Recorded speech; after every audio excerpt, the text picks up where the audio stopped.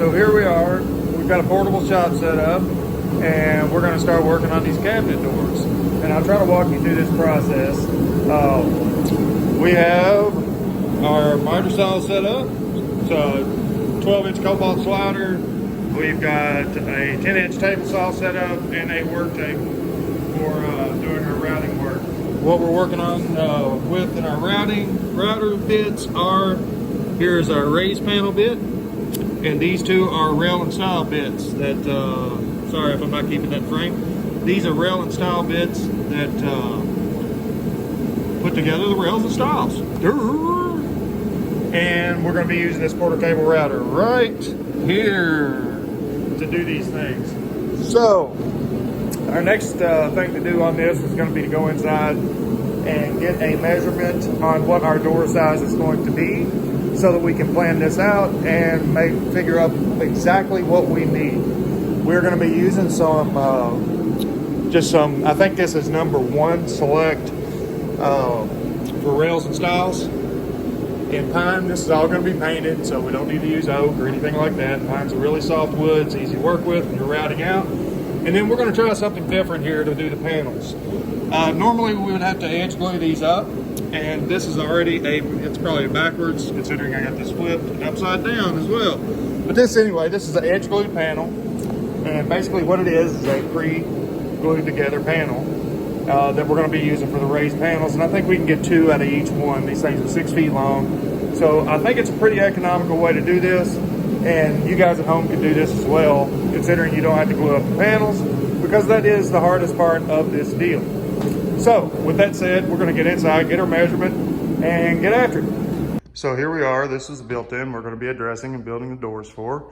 We're also going to be doing a couple of other things, one of which is, when this was originally built, the customer didn't take into consideration, and we didn't think to ask, because they were doing a high mount. I thought they were going to do a high seat, so I didn't question it. But this section is 36 inches tall, the desk section, and we need to get that down to 30. So we're going to cut that out and lower it this week. And as well, we're going to be doing a couple of things with the shelving and making these doors. So we're trying to get this, this is one of our last big punch out items on this house.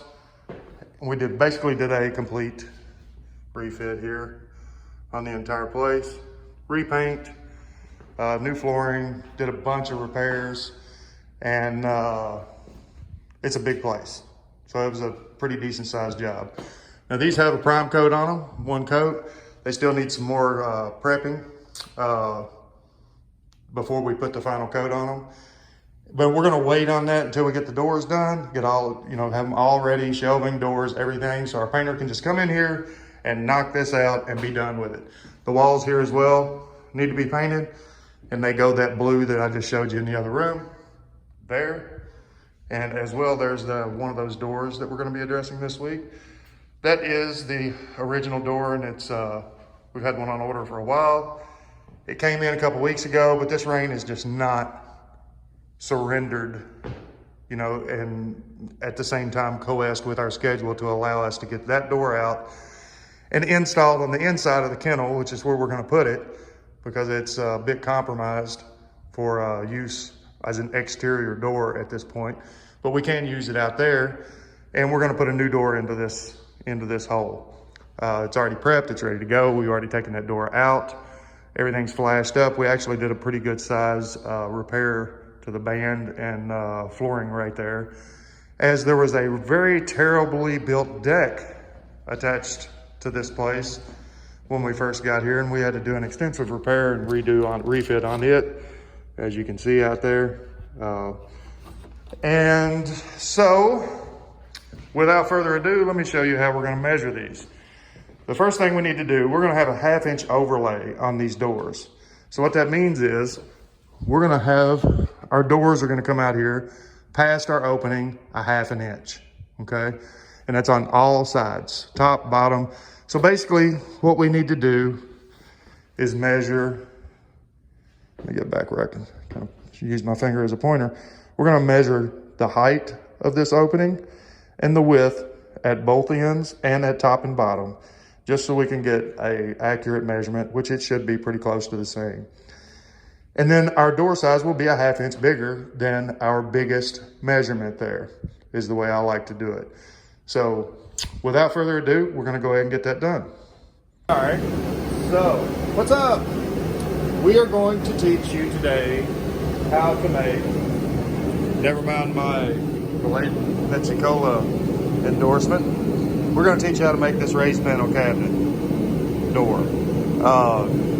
It's not super hard, but you do need some general mechanical abilities. It is quite dangerous, in my personal opinion, for somebody that is a novice. You will need a router to do this, and also I have a table saw here and a miter saw. So the most important tool you're gonna use though is a router. And this is just a regular router. I've got a plunge base for it too. This is the fixed base I've got on it, and I just made a little table for it to fit in. So, and you'll also need a set of cabinet bits. This is a rail bit, this is a stile bit, and this is the panel bit. So the rail bit makes a little, oh no, it's light. Makes this detail right here all the way through. If you look at the end, you can see that's the profile that the rail bit makes. This is the profile that the stile bit makes. Okay? So this is the stile, this is the rail, this is the stile profile, and this is the rail profile. And you notice they lock together. And on the front, they make this nice, neat little cope in that corner.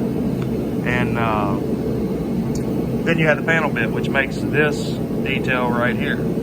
So let's get started. The first thing we're going to do is we will route our entire perimeter rails and stiles. I'm making that out of one piece, 1 8-foot piece, and I'm going to route this edge all the way through with this rail bit,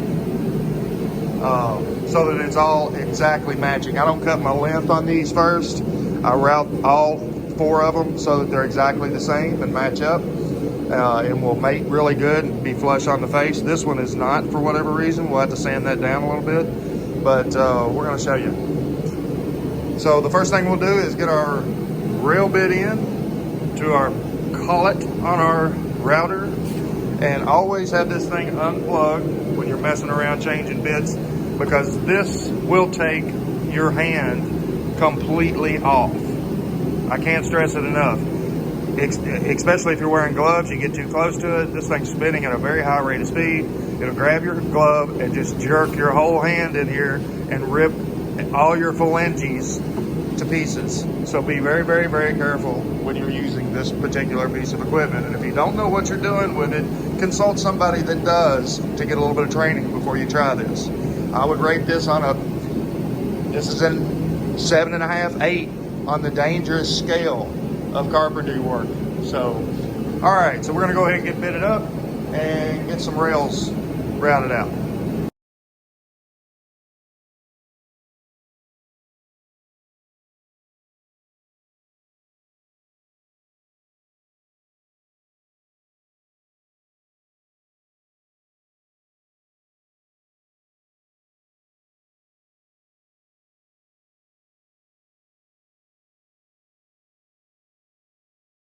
All right, talk about this router a little bit.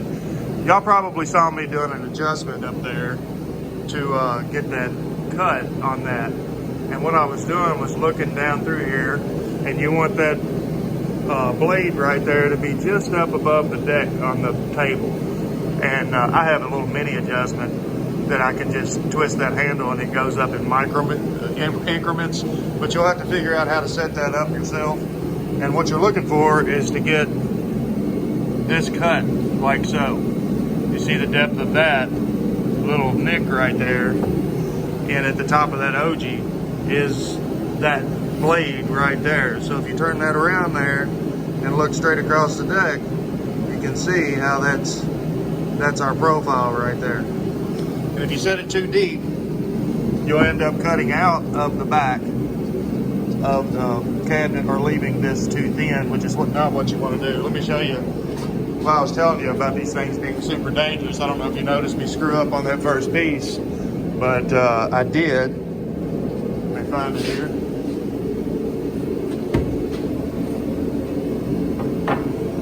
Let's see here. Yeah. Look at this right here. I got this up off the deck a little bit, and notice what it did. It just ate it up. You know, so I mean, that thing, it'll grab a hold of that on you. So just be careful. All right, so moving on to the next stage, what we're gonna do, we're gonna go ahead and cut the length for both. I already know what my lengths are, so I'm already gonna, this is 30 1/4 and 12 1/8. So we're gonna go ahead and cut all 4 rails and stiles, and then we'll do a change out to our stile bit in order to route the ends of these to fit over this detail. And so let me go ahead and we'll do a bit change and do that. Everything's upside down on the table. You're gonna cut everything upside down. So we've got the face of our cabinet down, okay? So this is how we're gonna adjust this stile bit. Let's see if I can get it on here. You want the bottom of that tooth on that one to be at the top of that cut, if that makes any kind of sense to you. So we're way low looking at that right there. We want that edge right there should be lined up with this, and this edge right here should be lined up with that edge on this, on our rail bit. So we're gonna need to raise that up a little bit. So what I'm gonna do is just flip those open, and I can turn this, and you notice that bit is just raising up just a little bit. That's all I need. That's a little too high. Right about there. You see what we're looking for? Because that's gonna cut out the ends on these stiles in order to fit into that rail.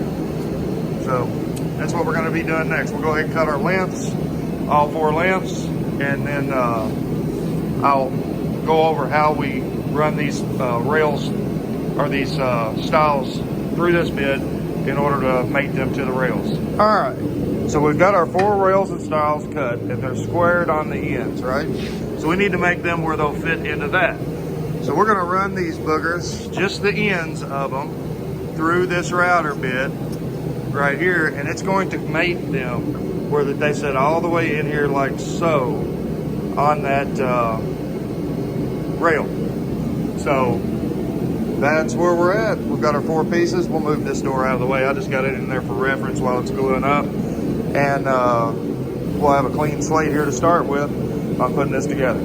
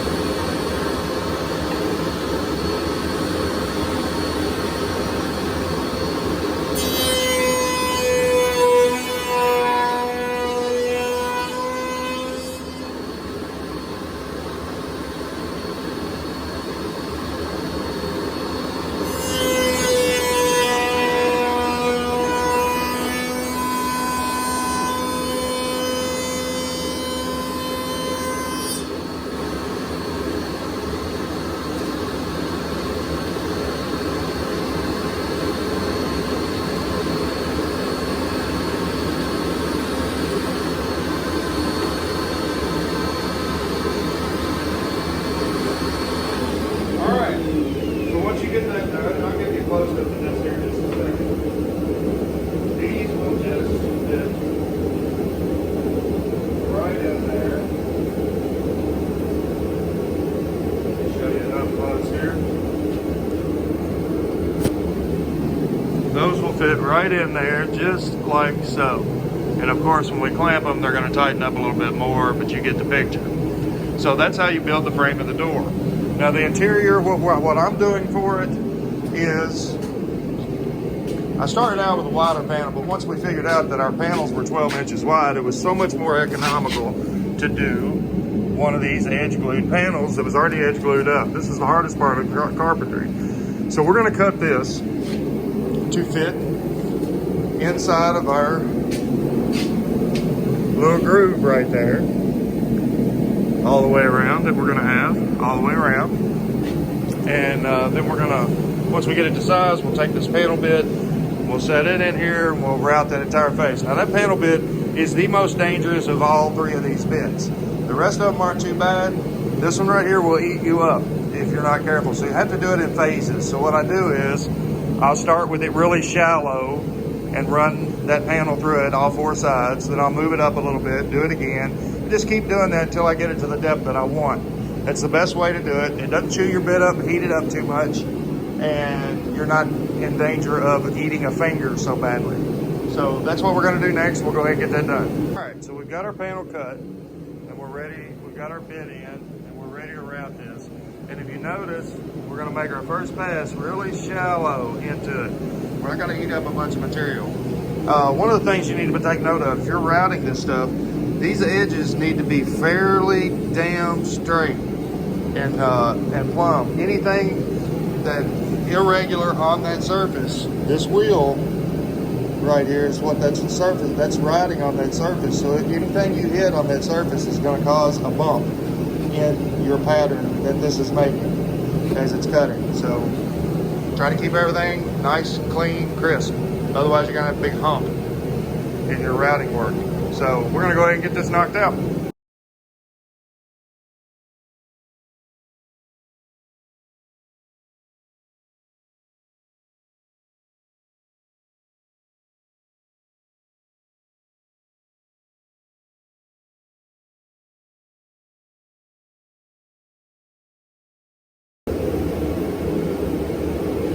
So that's all there is to the panel. What you're looking for, two things. You want this edge thickness right here to fit in. We need the same size, the size that'll fit into your groove, just barely. And then you also want to look at this detail correct. Make sure this detail's showing up correct right here. So, like I said, you noticed I was going through and making multiple passes to get to this depth.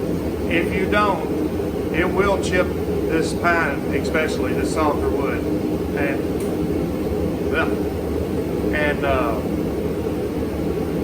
oaks, harder woods, oaks, they're a little bit better about not chipping out, but all of it will do it if you try to take too much in one pass. So now what we're going to do is try to put this thing together and make sure everything works.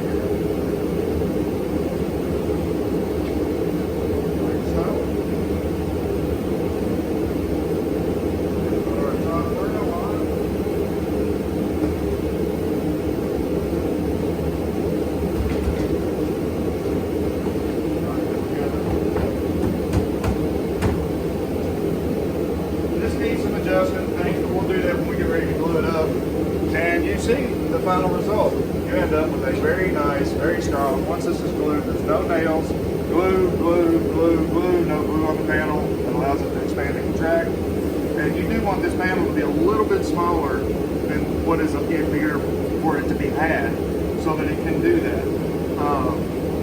Glue this up, clamp it for a good 30 minutes, set it over in the pile with the rest of them. It's just 3 down, 11 more for me to go. So that's how to make a cabinet door pretty much, guys. I don't feel like we need to go through the gluing process, but just briefly, I'll take this back apart and put it together the same way I did just now, but instead I'll be applying glue on these 4 points on both pieces as I put them together, and then I'll make sure these ends are even as I can get them. We are going to sand all these, of course, that's above that. We want to do as little as possible. And then we'll clamp these together and let them sit for 30 minutes, we got a door. So it's as easy as that. Just to give you an idea of cost on these, I'm maybe $300 or so in material. This is just select pine at Lowe's. And like I said, the panels, the glue panels are just shelving that I got at Lowe's, the 3/4 shelving. So it's the best stuff I've seen to make these raised panel cabinets with. Cheapest solution, time-wise, everything. So I'm going to end up with about $300 or so in material and 14 doors for this custom built-in. And if you were to order, if I were to do this for somebody, and this cabinet's way over budget, so I'm not making anything here. But if I were to do this for somebody, if they wanted me to make 14 doors, I'd probably do $50 a piece is what they're worth. So you can do the math on that and see that you can make decent money doing this, and it's not, and you can save decent money. So hope you enjoyed this video, and good luck on your projects at home. Oh yeah, don't forget to subscribe.